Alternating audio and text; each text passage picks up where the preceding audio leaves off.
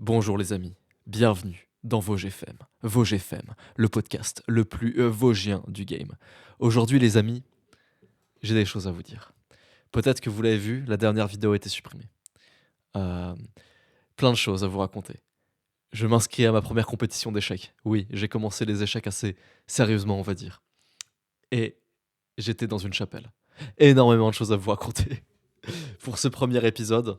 Mais surtout, qu'est-ce que c'est VosGFM? VosGFM, comme je l'ai dit, c'est un podcast que je voudrais faire de manière hebdomadaire, idéalement. Après, voilà, on sait ce que c'est hein, de commencer un podcast et jamais finir, mais pour l'instant, j'aimerais bien vraiment le faire de manière hebdomadaire et que vous ayez un épisode par semaine de je sais pas combien de temps. Sans doute que les premiers épisodes seront plus courts et, euh, et qu'avec le temps, j'arriverai à faire plus long. Mais du coup, voilà. J'aimerais vous parler dans un premier temps de Tralalelo tralalala. C'est un requin qui a des baskets Nike. Et en fait, je suis tombé sur des mèmes IA d'animaux italiens. Je sais pas si vous êtes tombé dessus, mais depuis que je suis tombé sur ces tralalero tralala et bombardio crocodillo et tong tong tong tong tong tong tong tong tong tong tong sahur, je ne suis plus le même homme. C'est-à-dire que je ne vois que des brainrots italiens partout. Je n'ai que ça dans mes recommandations YouTube. Et je suis un peu fan du lore du brainrot italien. Donc voilà. Je voulais vous en parler parce que j'étais dans une chapelle cette semaine. Oui, avec ma copine, j'avais loué dans un petit endroit reclus dans les Vosges qui s'appelle Nomexi. J'avais loué une chapelle pendant 5 jours et on a dormi dans une chapelle. Et on a fait beaucoup de choses cette semaine, dont, dont beaucoup de brain rot et on regardait des tong tong tong tong tong tong tong tong tong sahur. Et c'était vraiment bien. Il s'est passé beaucoup de choses cette semaine. Cette semaine, dans cette chapelle, n'a pas été de tourpeau pour moi.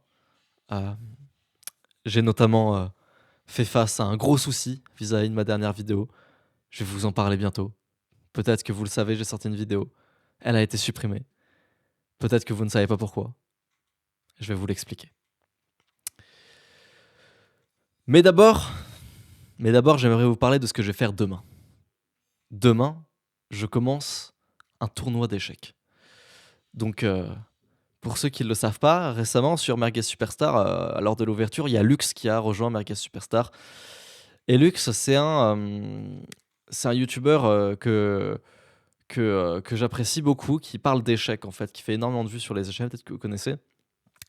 Et à force de parler avec lui, je me suis vraiment mis à fond dans les échecs. Et là, du coup, après plus d'un mois, plus de 2 mois presque, où je ne fais que jouer aux échecs sur Chesscom, j'ai décidé de m'inscrire à mon premier vrai tournoi, donc à Saint-Dié-des-Vosges, ce samedi 19 avril.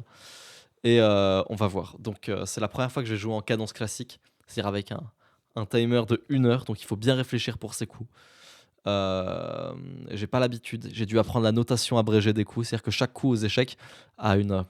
En fait, il faut l'écrire. Tu peux l'écrire avec une langue des échecs, comme du code. C'est une langue propre à elle. Par exemple, si le fou prend le pion en D5 et en plus qui fait un échec en même temps, ça se dit F X D5 plus. Tu vois, c'est toute une notation qu'il faut apprendre. Donc j'ai appris la notation des échecs. Et, euh, et du coup, là, je m'entraîne pour mon premier tournoi. Et puis, on va voir ce que ça va donner. Et j'ai hâte de découvrir mon véritable niveau quand je peux réfléchir avec beaucoup, beaucoup de temps à la pendule. Donc, voilà, bon, passons au sujet que vous attendiez tous, toutes et tous. Pourquoi la dernière vidéo sur Ashton Hall a-t-elle été supprimée? C'est très simple. C'est très, très, très, très, très, très simple, les amis. Euh, En fait, j'ai posté la vidéo, déjà elle marchait pas de ouf, mais c'est pas du tout la raison pour laquelle j'ai supprimé. J'ai posté la vidéo, elle marchait pas de ouf dans la soirée. Bon, après, je me suis dit, voilà, c'est la première soirée, on verra bien. Euh, mais surtout, en fait, c'est la première fois que ce n'est pas moi qui écris la vidéo. Alors, J'ai déjà fait appel à des rédacteurs, dédicace à Locke, dédicace à Mehdi, qui ont écrit certaines vidéos, mais c'est toujours moi qui leur faisais les plans et je leur faisais énormément de retours. Bon, voilà. Là, cette vidéo, j'avais pas trop le temps de m'en occuper et je l'ai fait un peu à la va-vite. J'avais rien sorti depuis longtemps. Il me fallait une vidéo en vitesse parce que je prépare la vidéo sur les cryptos là qui va arriver bientôt. Donc une grosse vidéo, une assez longue vidéo sur le sujet des meme coins. Et j'avais vu la trend Ashton Hall machin. Je me suis dit, il faut vraiment qu'on fasse une vidéo. Donc je pouvais pas m'en occuper. Donc j'ai mis quelqu'un dessus à la va-vite. Et il s'avère que voilà, j'ai tourné le texte sans le vérifier. Et à mon grand désarroi, je poste la vidéo. Et là, je vois plusieurs commentaires de gens qui disent Eh, mais c'est vraiment du plagiat de Nash Befit. Ok, d'accord. Bon, je me dis, c'est des gens qui abusent. Je sais que Nash Befit, il a fait une vidéo sur Ashton Hall, mais bon, vas-y. C'est un- Les gens abusent un petit peu, je pense. C'est pas, c'est pas la même chose. C'est sans doute le même sujet. C'est peut-être un petit peu pareil sur certains points, mais il n'y a pas de souci. Et à force de recevoir ce commentaire, je décide d'aller voir la vidéo de Nash Befit que je n'avais pas vue. Et c'est la même vidéo, quasiment mot pour mot. Donc on est vraiment sur du plagiat. Donc là, je suis outré, je tombe des nues, voilà. Et, euh, et j'ai pas envie d'accabler le rédacteur parce que, bon, je me suis arrangé avec le rédacteur, on a réglé le souci et tout, mais c'est juste pour vous expliquer. Donc voilà, je veux pas accabler personne, c'est pas le but de dire ah lui c'est un connard, il m'a arnaqué, machin, pas du tout. En plus, il m'a pas fait payer du coup. Euh, on s'est arrangé, on a fait des trucs, bref. Et en fait, il se trouve que mon rédacteur avait, ouais, oui, c'est le mot, il avait copié sur un, américain la vidéo et que Nash Befit avait copié le même américain. Du coup, c'est du plagiat. Du coup, les gens avaient dit plagiat Nash Befit. Et oui, parce qu'il avait sorti la vidéo avant. Mais j'étais presque sûr qu'un rédacteur déjà qui copierait une vidéo, donc c'est pas bien du tout, hein, parce que je paye quelqu'un, c'est pas pour qu'il copie une vidéo, mais qui copie une vidéo d'un Français, c'est complètement con. Donc quand j'ai vu que Nash Befit avait fait exactement la même vidéo, j'ai bien compris directement que il n'avait pas copié sur Nash Befit, mais qu'il avait sans doute copié sur un Américain, une tierce personne, et Nash Befit a aussi copié sur cet Américain. Donc j'ai évidemment supprimé la vidéo parce que ah, bah, j'avais pas envie de me prendre de drama. Donc j'ai supprimé cette vidéo. C'était très risqué. Donc au final, c'est une bonne chose qu'elle ait pas marché de ouf. Parce qu'au moment où j'ai supprimé la vidéo, elle avait même pas 20 000 vues. Donc c'est vraiment une bonne chose qu'elle ait pas du tout marché. Et parce que si elle avait marché, c'est sûr que je me serais pris un drama. Et j'en ai tiré plusieurs choses cette vidéo. En dehors du fait que voilà, plagiat, tout ça, rédacteur, machin et tout. J'en ai tiré plusieurs choses. Déjà, évidemment, je ne laisserai plus jamais écrire une vidéo sans que ce soit moi qui fasse le plan. Voilà. Déjà que normalement c'est moi qui écris les vidéos, je les fais que pour 2 vidéos de pas les écrire. J'aime bien faire tout le plan, toute la structure, tout ça et laisser la recherche plus analytique et fondamentale au rédacteur. Pareil pour le texte. Et écrire l'intro, j'aime bien le faire moi-même. Et, euh, et aussi le fait que la vidéo est pas mauvaise en soi. La vidéo sur Ashton Hall, vous l'avez vu, elle est pas mauvaise. Elle est même très bien. Il y a beaucoup de gens qui ont aimé. Elle a pas un watch time de fou, mais elle a un watch time assez correct. Je pense surtout que je suis pas fait pour faire ce genre de truc, de traiter de l'actualité, surtout que ça faisait longtemps que j'avais rien posté. Je pense que les gens s'attendaient pas à ça. Je pense que les gens auraient préféré attendre que je sorte ma vidéo crypto et que je passe pas par ce truc-là de ah, attends, Ashton Hall ça perce, il faut que je fasse une vidéo dessus en vitesse. Et au final, je l'ai fait pas fait en vitesse, je l'ai fait un mois après la trend parce que ça avait trop traîné. Du coup, bon, pour plein de raisons, ça avait trop traîné. C'est aussi une des raisons pour lesquelles ça a pas marché. En gros, j'ai été distrait et je pense que j'aurais dû juste être focus sur ma vidéo crypto qui pour le coup va être vraiment très bien. Et j'ai hâte de la finir pour vous la faire écouter, enfin regarder. Et pas passer par ce moment nul où j'ai été distrait. En plus, ça a retardé ma vidéo crypto du coup. Et en plus, bah, j'ai perdu énormément de street cred parce que, bah, non pas que la vidéo soit mauvaise, hein, très loin de là, comme je l'ai dit, la vidéo en watch time correct, mais je pense que les gens qui l'ont regardé s'attendaient quand même à mieux de ma part qu'une vidéo un petit peu tendance, buzz, où j'explique un truc du moment, qui n'est d'ailleurs plus du tout actuel. Euh, c'est c'est pas une vidéo dont j'ai honte particulièrement, mais j'en suis pas très fier. En dehors de, encore une fois, tout ce qui est cette histoire de plagiat et tout, je trouve que la vidéo est pas du tout au niveau de ce que je sais faire. J'avais juste envie de surfer sur le buzz pour faire des vues faciles. Et au final, ça m'a été vraiment bah, doublement doublement euh, contre moi. Vous voyez ce que je veux dire? Donc voilà, c'était chiant, c'était vraiment pas agréable sur le coup quand j'ai découvert ça. Euh, mais c'est un mal pour un bien, je pense, parce que voilà, au moins, de toute façon, la vidéo avait pas marché, donc au moins ça m'enlève un 10 sur 10 de ma chaîne. C'est tant mieux. Euh, et puis ça m'apprendra aussi à être plus vigilant sur la rédaction des vidéos. Encore une fois, avec le rédacteur, je veux pas de drama, je veux pas insulter sans doute même qui va écouter, hein, d'ailleurs. C'est une erreur. Il le sait d'ailleurs que c'est une erreur. Il ne le fera plus, ni avec moi, ni avec aucun client. Il avait encore une vidéo qui était en cours. J'ai pas annulé sa vidéo. J'ai bien fait en sorte que ce soit sûr et certain qu'il n'y ait rien de copié. On va bien travailler dessus. Et ensuite, on avisera pour savoir si on continue à travailler ensemble. Mais déjà, on va pas s'arrêter là alors qu'il y a une bonne vidéo qui est en cours de préparation. Euh, et, euh, et voilà, je pardonne ce genre de truc dans la mesure où bah, le gars il a été très compréhensif, m'a pas fait payer, a reconnu que c'était vraiment sa faute à lui, a reconnu que c'était son tort. Et, euh, et, euh, et voilà. Donc, euh, donc je vais pas l'accabler plus que ça. Et ça veut pas dire que je suis pas énervé, ça veut pas dire que j'en ai rien à faire. Mais je l'accablerai pas plus que ça. Euh, Pas dans ce podcast, c'est pas le but en tout cas. Voilà. Euh, donc voilà. Euh, j'ai regardé le film Minecraft aussi. Voilà, je voulais vous en parler. Le film Minecraft au cinéma. Je l'ai regardé hier avec ma copine, avec Fatima. C'était un super film. Et moi, je m'attendais vraiment à un film pourri parce que tout le monde avait dit que c'était vraiment de la merde et tout. Sincèrement, je m'attendais à 4, 5, 10 fois pire. Au final, c'est un très bon film. Alors, bien sûr, il n'y a pas d'enjeu, c'est pas grandiose, c'est pas incroyable, mais c'est un film Minecraft et ça montre très très bien la richesse de Minecraft. Ça montre très bien les environnements. C'est très joli à regarder, c'est super drôle. Il y a plein de moments qui m'ont fait rire. Il y a plein de moments dans le film. Il y a plein de vannes. SK aurait pu faire ces vannes. Là, je pense à un moment en fait où t'as où t'as Steve et je sais plus qui, là, Aquaman, l'acteur qui joue Aquaman, qui sont un petit peu en mode bataille d'ego, bataille de virilité un petit peu, où t'as le mec qui mange un poulet super chaud et ça se voit qu'il est en train de mourir de l'intérieur et t'as Steve qui fait ouais, pas mal. Et en fait, ils sont tous les deux un petit peu, ils sont tous les deux genre, on va dire entre guillemets, sans pour autant faire le fils de pute, mais entre guillemets, ils sont tous les deux dans leur masculinité toxique et ça me fait énormément rire de voir leurs blagues, leurs mèmes, leurs histoires, parce que c'est typiquement des trucs, des personnages qu'on peut jouer dans les vidéos de SK. Il y a énormément de vannes dans les vidéos de SK. Genre par exemple un blanc avec d'un coup un bruit de poulet. C'est typiquement l'humour des montages de SK. Et donc moi j'adore, et je vous le dis, SK est mon youtubeur préféré de YouTube. Voilà, je vous l'annonce.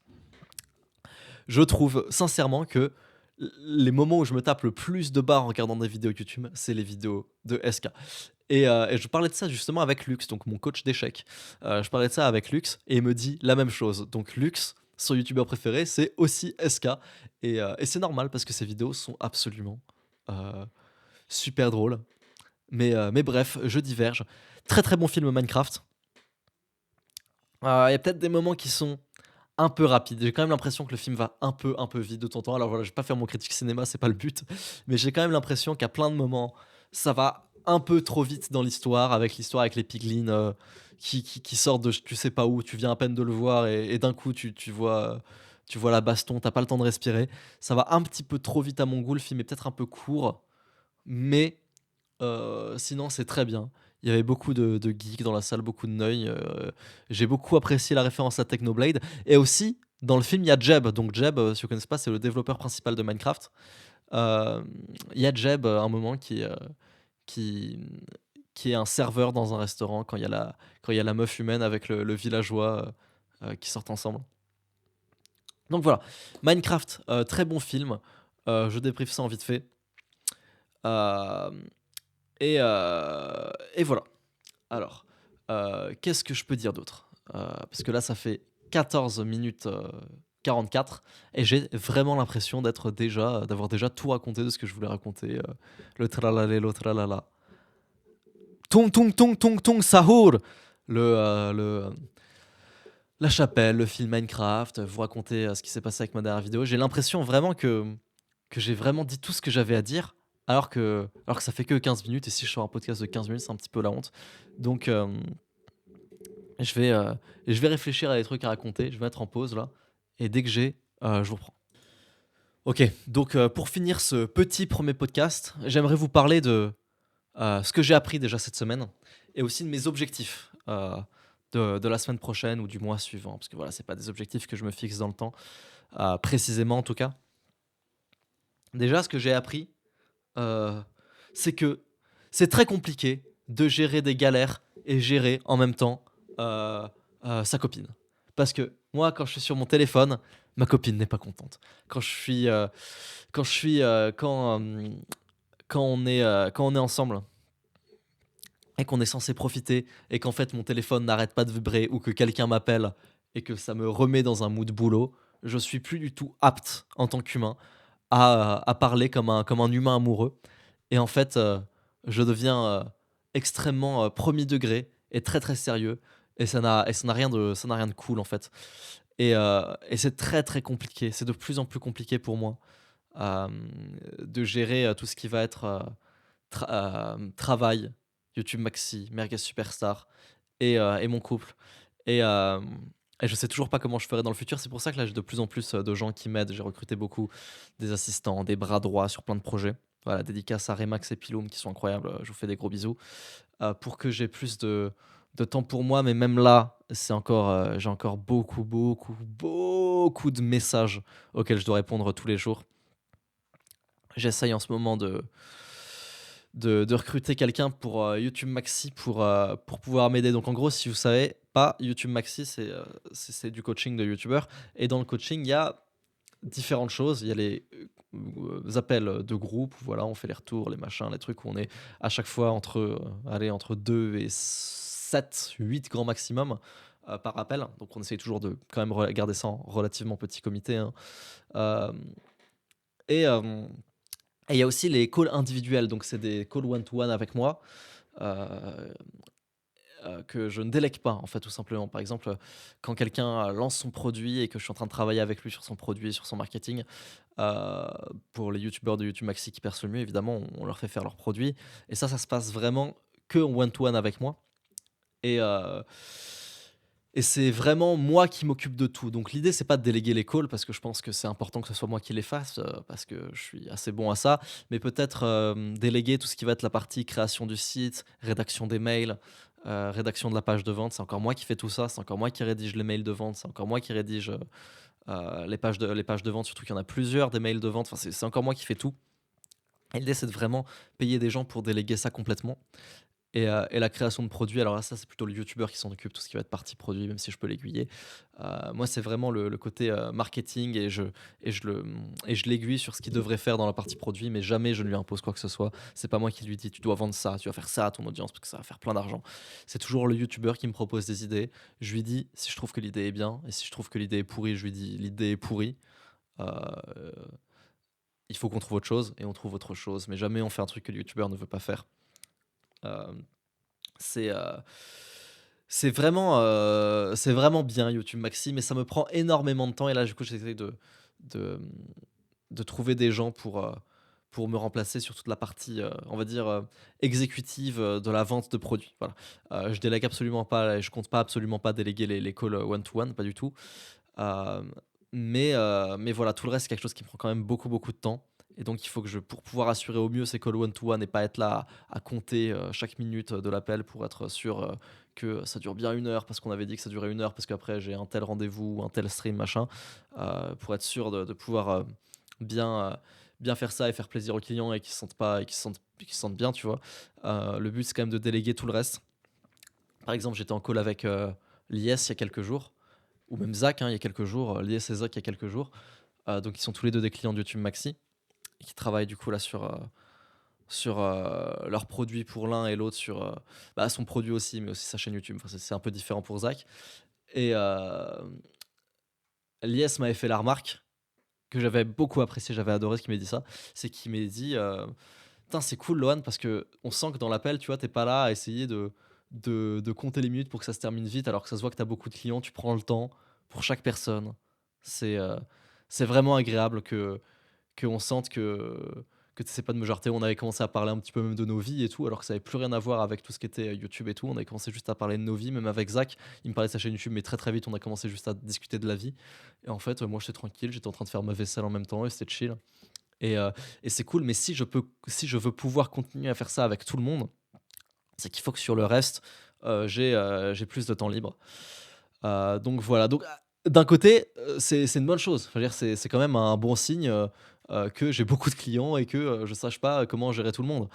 Hem, mais heu, mais heu, mais moi, c'est très, très, très, très, très important pour moi que, l'expérience client soit la meilleure possible, que les clients sentent qu'ils soient bien, l'onboarding soit cool, qu'ils se sentent toujours pris par la main et qu'ils sentent pas un petit peu que ça me saoule d'être en appel avec eux. C'est très, très important.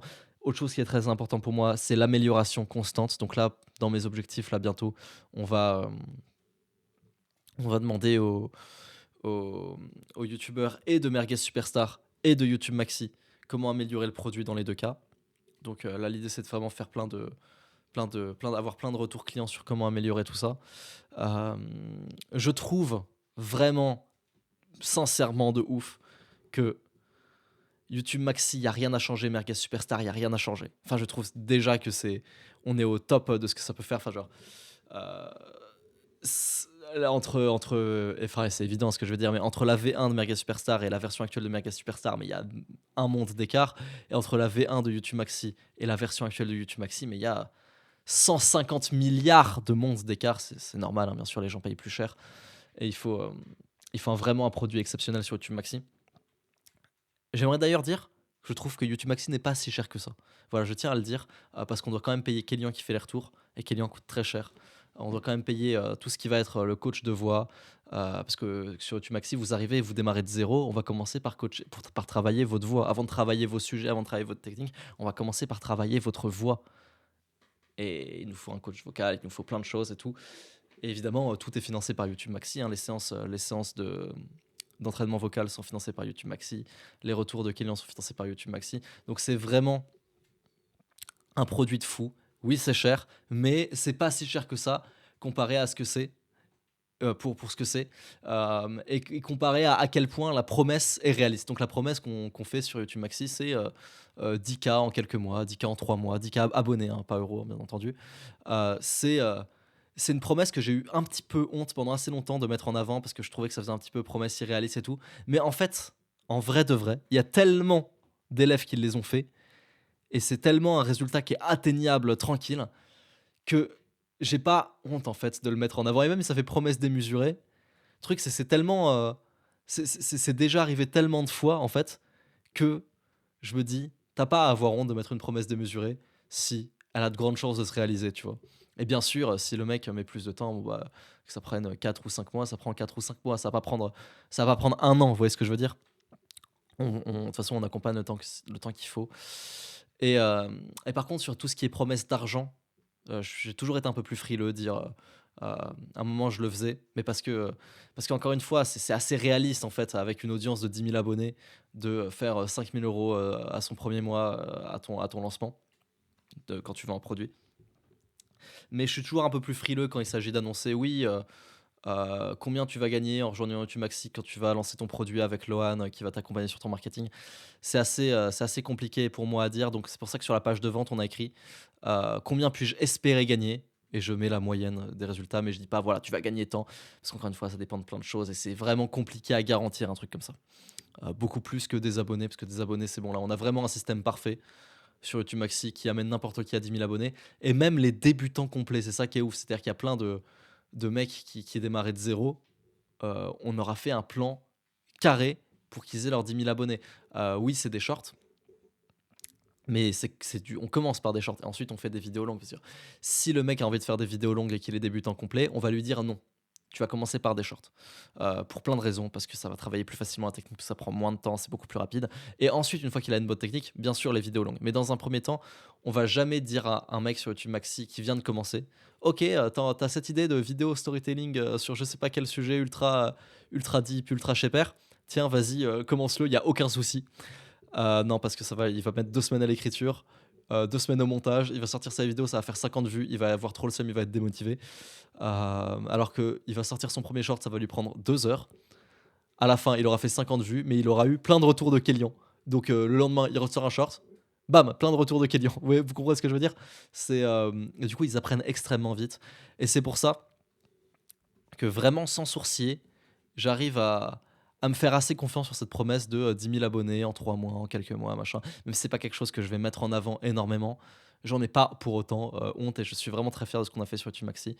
Très fier également de ce qu'on a fait sur Merguez Superstar. Je remercie énormément Piloum, donc sur YouTube Maxi, qui m'aide beaucoup, qui améliore continuellement le produit que je paye en fait tous les mois pour améliorer le produit et faire en sorte que tous les élèves soient au max. Et Remax, la même chose sur Merguez Superstar, faire en sorte que sur Merguez Superstar, on ait des conférences de fou, on ait des bons invités, on ait des bons événements, que ce soit bien. Euh, le budget de Merguez Superstar, il est un peu plus serré.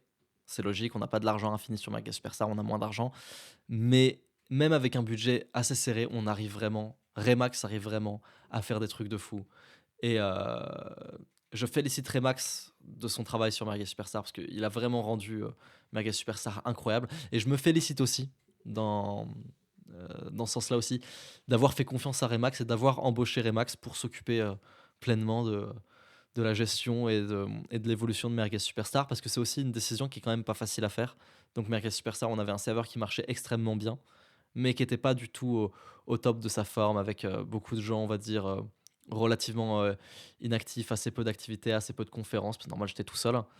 Et, euh, et faire confiance à Remax, lui donner des parts, c'est pas un secret. En tout cas, je sais pas si Remax veut que ce soit un secret. Je vais pas dire combien il a de Merguez Superstar, mais ça me dérange pas de le dire. Il me dira si ça le dérange ou pas. Lui donner X% de Merguez Superstar, qui n'est pas du tout négligeable, pour qu'il s'occupe de tout. C'est quand même un pari qui est assez risqué. Et il y a quelques, il y a quelques haters de moi, de gens qui m'aiment pas trop. Euh, et, voilà, c'est la vie. Il y a quelques haters de moi qui disent Remax est tellement plus fort en gestion de serveur que Lohan. Lohan, c'était pas ouf ce qu'il faisait. Remax, c'est tellement beaucoup mieux maintenant et tout. J'ai envie de dire, je ne le prends pas du tout comme un clash. Je sais qu'il y a du clash derrière et que c'est toujours dans une volonté de nuire et de me rabaisser. Parce que, voilà, j'avais beaucoup de choses à faire, donc il y avait moins de conférences et tout.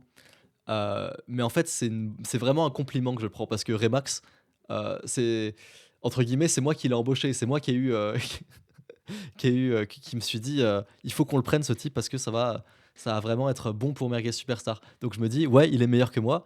C'est pour ça que je te laisse tout gérer. Et je trouve que c'est au contraire une preuve de à quel point je suis bon en recrutement. Vous voyez ce que je veux dire? Et donc ça me fait plaisir en fait de recevoir des critiques qui disent que Remax est bien meilleur que moi en gestion de serveurs sur Discord, de communauté, d'applications, tout ça, parce que Merguez Superstar, c'est plus qu'un simple serveur Discord. Maintenant, on a l'application. On a aussi le site web merguez-superstar.com dans lequel on peut faire les guerres de clans. On prévoit énormément de choses pour l'application. J'aimerais faire beaucoup, beaucoup, beaucoup, beaucoup, beaucoup de choses. Malheureusement, ça prend du temps. Ça coûte beaucoup d'argent, comme je vous l'ai dit. Merguez Superstar, c'est un budget quand même plus serré que YouTube Maxi. Mais on essaye de faire en sorte que, dans tous les cas, dans tout ce que je vends, même Archiprod en fait, même si les gens payent pas directement en argent, mais ils payent en pourcentage de leur chaîne YouTube, que les gens en aient pour leur argent ou en aient pour leur equity dans le cas de Archiprod où les gens payent en equity. Euh, c'est vraiment quelque chose qui me tient à cœur et ça me fait extrêmement plaisir de voir que tout ça fonctionne bien et que tout ça se goupille très bien. Donc là, maintenant que Merguez Superstar est fermé, je me focus beaucoup plus sur YouTube Maxi. Toujours la même chose, augmenter la satisfaction client, toujours appeler les clients. Alors là, on a plus de 100 clients sur YouTube Maxi. Donc ça commence à faire pas mal, mais j'arrive toujours à gérer tous les problèmes de tout le monde, appeler tout le monde. Les gens sont quand même cool. C'est pas tous les jours que je reçois un message d'un mec qui me dit ouais Lohan, est-ce qu'on peut s'appeler en privé? Alors que j'ai énormément de monde et que je refuse pas. Si le mec veut qu'on s'appelle en privé, je vais accepter. J'ai énormément de monde et les gens sont cool et Après, je suis pas tout seul, hein, bien sûr, il y a Kélian, il y a tout ça, il y a Piloum qui est là pour m'aider, il y a Sabiela, il y a Fatih, il y a il y a, il y a il y a il y a il y a il y a il y a Edouard, il y a SK, donc il y a plein de gens qui sont là pour m'aider, il y a tous mes potes, en fait, tout simplement, c'est un truc entre potes et hem et bien sûr, bien sûr qui vont aller en appel avec Kélian, en appel avec SK et tout, mais je trouve que, pour tout ce qui est la partie produit et tout, les gens pourraient m'appeler, tellement plus et d'ailleurs s'ils veulent le faire, qu'ils le fassent, hein. Je dis pas ça genre, «Ah merci, ne le faites surtout pas». Vous pouvez le faire, il y a pas de souci, mais je trouve ça vraiment, vraiment, vraiment cool, parce que, malgré qu'il y a beaucoup de clients, j'ai quand même beaucoup, beaucoup de temps, pour moi, pour organiser les appels et c'est pour ça que je peux prendre le temps avec chaque personne de faire quelque chose, de bien et donc ça me fait plaisir. La vie est vraiment belle. Je viens de sortir du comptable, il m'a fait mon bilan de l'année, donc j'ai gagné, je j'ai pas envie de le cacher, hein, je m'en bats les couilles en vrai, l'argent c'est pas du tout tabou pour moi. J'ai gagné quelque chose comme 140 000 € cette année, après impôts, après TVA, après URSSAF, après tout, genre de bénéfices purs 140 000 €. Donc c'est bien. C'est de l'argent qui va être investi intelligemment dans mes projets, dans de l'immobilier, dans de la bourse, histoire de continuer à bâtir. Je suis là pour le long terme, je suis pas là pour le court terme, je suis pas là pour, acheter une Porsche avec ces 140 000 €, c'est pas le but. Non, je suis là vraiment pour le long terme, bien investir, peut-être faire un emprunt à la banque, penser long terme. L'année prochaine, pour refaire le même chiffre, le but c'est pas d'exploser ce chiffre-là la semaine prochaine, c'est de le stabiliser, refaire la même chose l'année prochaine, et l'année prochaine, et l'année prochaine, et sur 10 ans, avoir bâti des business de fou, YouTube Maximac et Superstar Archiprod, des business pérennes qui continuent à faire du cash, de l'argent, sans que j'ai trop à m'en occuper. Une chaîne YouTube qui fonctionne extrêmement bien. Évidemment, je m'en occuperai toujours, hein, c'est impossible de pas s'en occuper, surtout YouTube Maxi, mais, mais avoir plus de temps pour moi, recruter plus de gens et toujours faire des bons produits. Je suis pas là pour le court terme, je suis là pour le, mmh, le long terme, bâtir quelque chose de vrai, bâtir de la confiance, des clients satisfaits. Moi, vous connaissez, hein, si vous êtes sur YouTube Maxi ou sur Mega Superstar, vous le savez très bien, ou sur Archiprod, vous le savez très bien. Travailler avec des gens, leur faire confiance, qu'ils me fassent confiance. Hem et pas être là, bah, comme j'ai dit, pour le court terme. Si j'avais voulu gagner 1 million cette année, j'aurais pu, mais j'aurais juste gagné 1 million. L'année prochaine, j'aurais fait, 50 000, parce que j'aurais fait des trucs pourris, j'aurais fait du scam ou du semi-scam un peu caché, avec, bah, j'aurais fait des je sais pas, j'aurais fait sans doute, beaucoup plus de pubs sur Tumaxi, j'aurais pas limité les places, j'aurais, j'aurais pris des coachs à la con, qui me coûtent beaucoup moins cher que ce que j'ai actuellement, je m'en serais pas du tout occupé. J'aurais mis des closers absolument voraces comme ceux d'Antoine Blanco. Je dirais pas le prix, avant que les gens prennent l'appel. Je ferai tous ces trucs en fait, je ferai tous ces trucs qui sont pas entre guillemets «de l'arnaque», littéralement, mais qui sont limites, mais qui sont pas pérennes. J'ai appris, récemment que Antoine Blanco était en chute libre là sur ses revenus, mais même bien avant ma vidéo parce que, bah, la prédation, ça dure qu'un temps et ça marche pas. Alors que nous sur Mega Superstar et sur YouTube Maxi, bah, on ne fait que monter. C'est-à-dire que même si on limite les places, avant on limitait à 5, maintenant j'arrive à faire 7 par mois, donc c'est pas mal. Donc là on est le 18 avril au moment où j'enregistre. Hem, je vous invite à regarder dans la description si c'est encore disponible parce que pas tous les jours, c'est pas vrai, mais tous les mois, plusieurs fois par mois, j'ai plein de gens qui me disent: «Ah mais c'est plus disponible YouTube Maxi, je peux pas prendre d'appel». Bah oui, c'est rempli, c'est complet, parce que moi quand je dis que je limite les places, je les limite vraiment. Hem et hem et heu et voilà et c'est pour ça que finalement, je le disais, je parlais, de ça récemment à comment il s'appelle? Ah putain, hem, ah merde, je sais plus. Samael, je parlais de ça à Samael qui est un ancien membre de Mega Superstar, hem, que c'est pour ça qu'en fait, c'est moi qui fais le plus d'argent. C'est parce que dans ce milieu, je pense vraiment au long terme et à faire les choses bien et faire des bons produits. C'est pour ça que c'est moi qui fais le plus d'argent. Parce que, les gens qui disent, qu'ils font plus d'argent, je pense, qu'ils mentent. Voilà, tout simplement. Ou alors c'est temporaire et ils en feront beaucoup moins après. Hem et hem et voilà. Donc écoutez, ça fait 34 minutes de podcast, bientôt 35. C'est pas mal pour un premier podcast, je suis assez fier de moi. On se retrouve la semaine prochaine pour un nouvel épisode de Vosges FM et je vous remercie. Je vous fais des gros bisous.